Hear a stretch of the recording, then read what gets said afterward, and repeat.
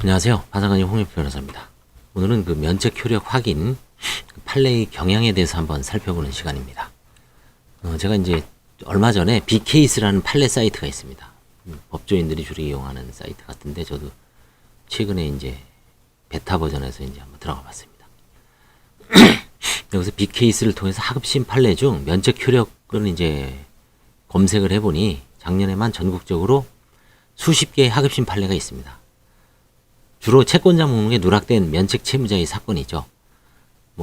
금융회사가 채무자한테 청구할 수도 있고, 채무자가 반대로 면책 효력 확인을 구할 수도 있고, 청구 이의소에서 이제 강제 집행했을 때 청구 이의로 다투는 경우도 있고, 여러 가지 경우가 있습니다.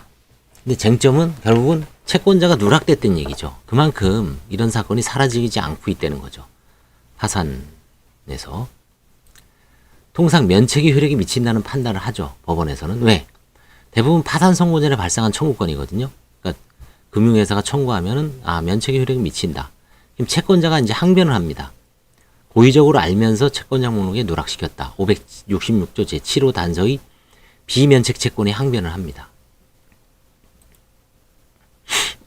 그럼 이제 판단자인 판사는 천편일률적으로 하급심은 거의 붙여넣기를 했는지 설시한 부분이 동일합니다. 채권자 목록 누락, 고의 누락 여부는 누락된 오타입니다. 채권의 내역과 채무자와의 결연성, 그 채권자와 채무자의 관계, 누락 경위에 관한 채무자의 소명과 객관적 자료와의 부합 여부 등에 종합적으로 고찰해서 판단해야 하고, 단순히 채무자가 제출한 자료만으로는 면책 불허가 사유가 보이지 않는다는 등의 전만을 들어 채무자의 선의를 쉽게 인정하여서는 아니 된다. 이 대법원 판결까지 그대로 이제 붙여넣기 합니다. 여기까지는. 이 장땡땡 판사님은 누락된 채무자의 손을 좀 자주 들어주는 것 같습니다. 물론 아닌 경우도 있겠지만, 신청 대리인이 고생하지 않으려면 파산 신청을 대리하는 변호사나 법무사 말하는 겁니다.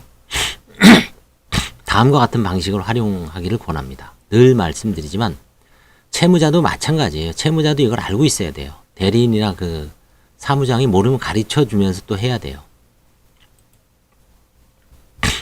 어려운 것이 아니라 이제 귀찮더라도 채무자를 발로 뛰게 해야 됩니다. 위에서 언급한 누락 채권 여부가 문제된 사건의 권한이 대부분 지급명령과 그에 대한 지급명령 이후 판결과 그 다음에 채권 양도 양수 채권입니다. 두 가지로 대별됩니다. 그럼 지급명령은 얼마든지 소송으로 법원의 판결 명령이 있잖아요.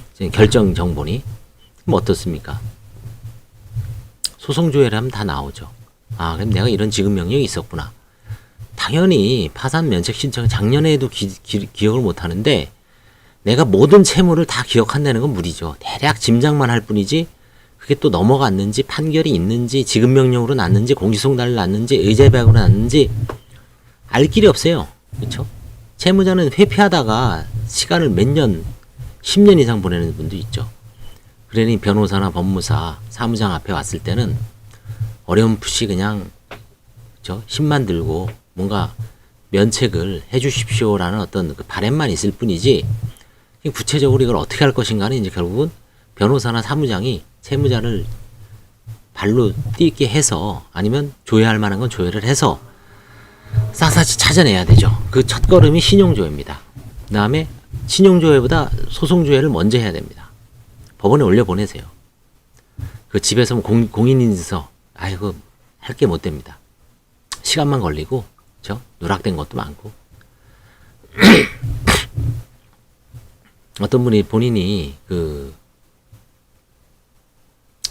개인의 생을 상담을 하는데, 2014년인가? 벌써 한 7년 됐죠. 지방, 의정부에다가 했대는데, 안 나온대, 공인인증서로. 저하고 상담해 와서 바로 올려보냈죠. 중앙법원에 가십시오. 딱 가니까 10분 만에, 그쵸? 무슨 차 사건, 지급명령, 카불, 그쵸? 채무불이행자 명부 등재, 카명, 그쵸? 근데 맨 뒤에 이제 의정부 지방법은 2014 하면 하단 다 있어요. 안 나올 리가 없죠, 그쵸? 거기부터 시작하는 겁니다. 그거 갖고 신용조회도 한번 해보고,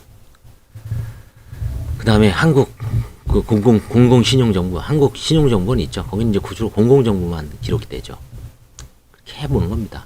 그리고 나서 부채증명서를 발급받고 그 와중에 이제 또 한번 생각을 해보고 그 다음에 이제 채권자 목록을 먼저 확정해 놓고 개인 파산은 채권자 목록 확정하는데 거의 90%의 노력을 기울여야 됩니다. 90%. 실제 99%라고 해도 과언이 아니에요. 왜?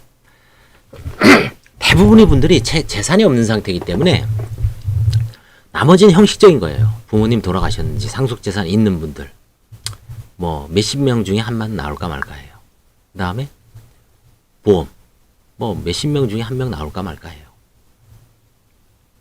본인 부동산 있을 수 있죠. 뭐 시골에 임야 아니면 과거에 기획부동산한테 사기당한 부동산 있어요. 그럼 뭐 놔두고 그냥 관제인 보고 팔으라 그러면 되죠. 거기 뭐 의미 있는 재산이 있는 분들은 드물어요. 오래될수록. 지금 이런 신용조회하고 채권자 조회, 신용조회, 그러니까 채권자를 조회하는 거죠. 신용조회, 채권자 조회, 소송조회, 판결문 조회죠. 이런 조회를 하는 거는 조회를 한다는 정도면 엄청나게 채무가 시일이 오래 걸린 거죠. 그죠? 이런 분들은 거의 뭐 재산이 없어요. 오직 채권자 목록에서 하나 누락되면 끝장나는 겁니다. 변호사 수임료 몇백만 원 주고 아니면 법무사 수임료, 변호사 수임료 뭐 개인 파산 적게는 뭐 적게는 뭐 100에서 1, 200, 많게는 뭐 4, 500까지 들어갈 수도 있죠.